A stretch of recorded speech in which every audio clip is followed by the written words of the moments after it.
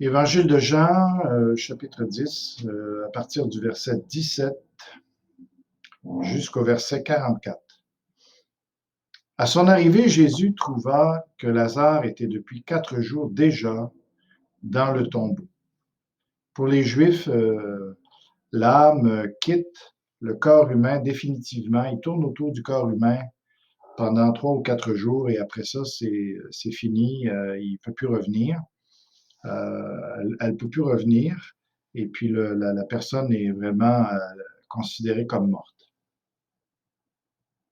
Béthanie était près de Jérusalem, à moins de 3 kilomètres, et beaucoup de Juifs étaient venus chez Marthe et Marie, ses sœurs, pour les consoler de la mort de leur frère. Lorsque Marthe apprit que Jésus arrivait, elle alla à sa rencontre tandis que Marie restait assise à la maison.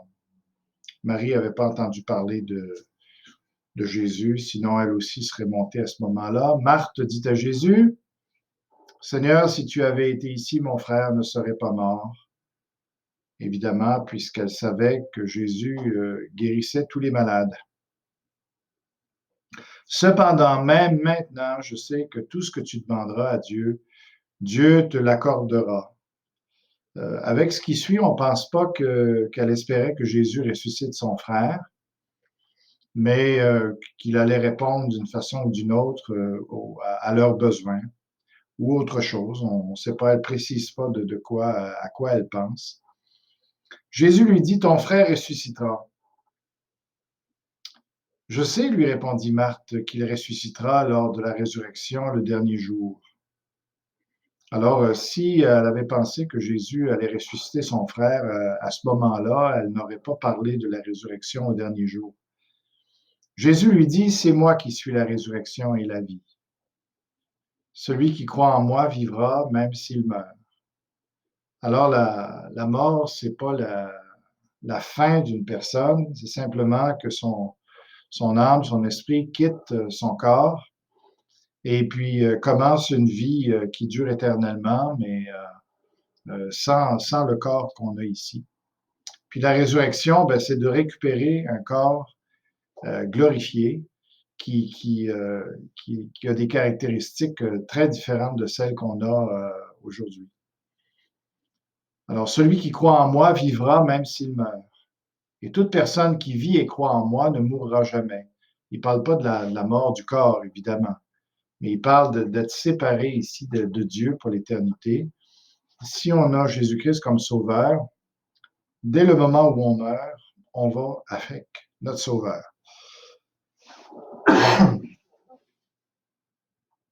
Crois-tu cela? Elle lui dit, oui, Seigneur, je crois que tu es le Messie, le Fils de Dieu, qui devait venir dans le monde. Alors, celui qui amène aussi un monde nouveau.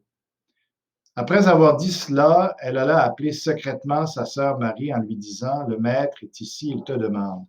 Elle ne voulait pas le dire publiquement parce que tout le monde serait venu et elle voulait que sa sœur ait un moment d'intimité avec Jésus. À ces mots, Marie se leva sans attendre et alla vers lui.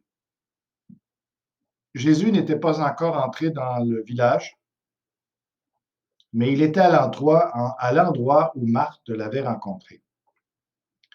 Les Juifs qui étaient avec Marie dans la maison et qui la consolaient, la virent se lever soudain et sortir. Ils la suivirent en disant, « Elle va au tombeau pour y pleurer. » Marie arriva à l'endroit où était Jésus. Quand elle le vit, elle tomba à ses pieds et lui dit, « Seigneur, si tu avais été ici, mon frère ne serait pas mort. » Donc Marie, elle aussi, croyait que Jésus était le Seigneur, qu'il était Dieu venu en homme. En la voyant pleurer, elle et les Juifs venus avec elle, Jésus fut profondément indigné et bouleversé parce que Jésus, le créateur de l'univers, est affligé devant le désastre que fait le péché, de t'obliger, en tout cas, de se séparer des gens qu'on aime à cause du péché qui nous donne la mort. C'est terrible pour Jésus. Il dit, « Où l'avez-vous mis? » Seigneur, lui répondit-on, « Viens et tu verras. » Jésus pleura. Les Juifs dirent alors, voyez comme il l'aimait.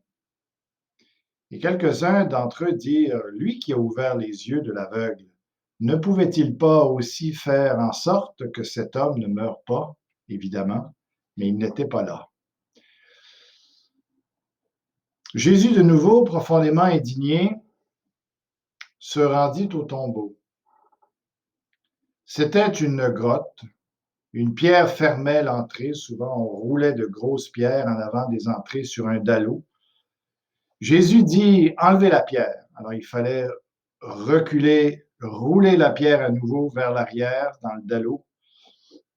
Marthe, la sœur du mort, lui dit, Seigneur, il sent déjà, car il y a 4 jours qu'il est là. Elle voulait sans doute protéger Jésus de cette odeur-là. Jésus lui dit, ne t'ai-je pas dit que si tu crois, tu verras la gloire de Dieu? Tu n'as pas compris que je voulais ressusciter ton frère, finalement? Ils enlevèrent donc la pierre de l'endroit où le mort avait été déposé. Jésus leva alors les yeux et dit, Père, je te remercie de ce que tu m'as écouté, autrement dit, de ce que tu m'as exaucé. Pour ma part, je savais que tu m'écoutes toujours, mais j'ai parlé à cause de la foule qui m'entoure, afin qu'ils croient que c'est toi qui m'as envoyé. Après avoir dit cela, il cria d'une voix forte, Lazare, sors! Et le mort sortit, les pieds et les mains attachés par des bandelettes et le visage enveloppé d'un linge. Probablement qu'il devait sautiller là, pour sortir de la tombe. Jésus leur dit, détachez-le et laissez-le s'en aller. Ça termine la lecture d'aujourd'hui.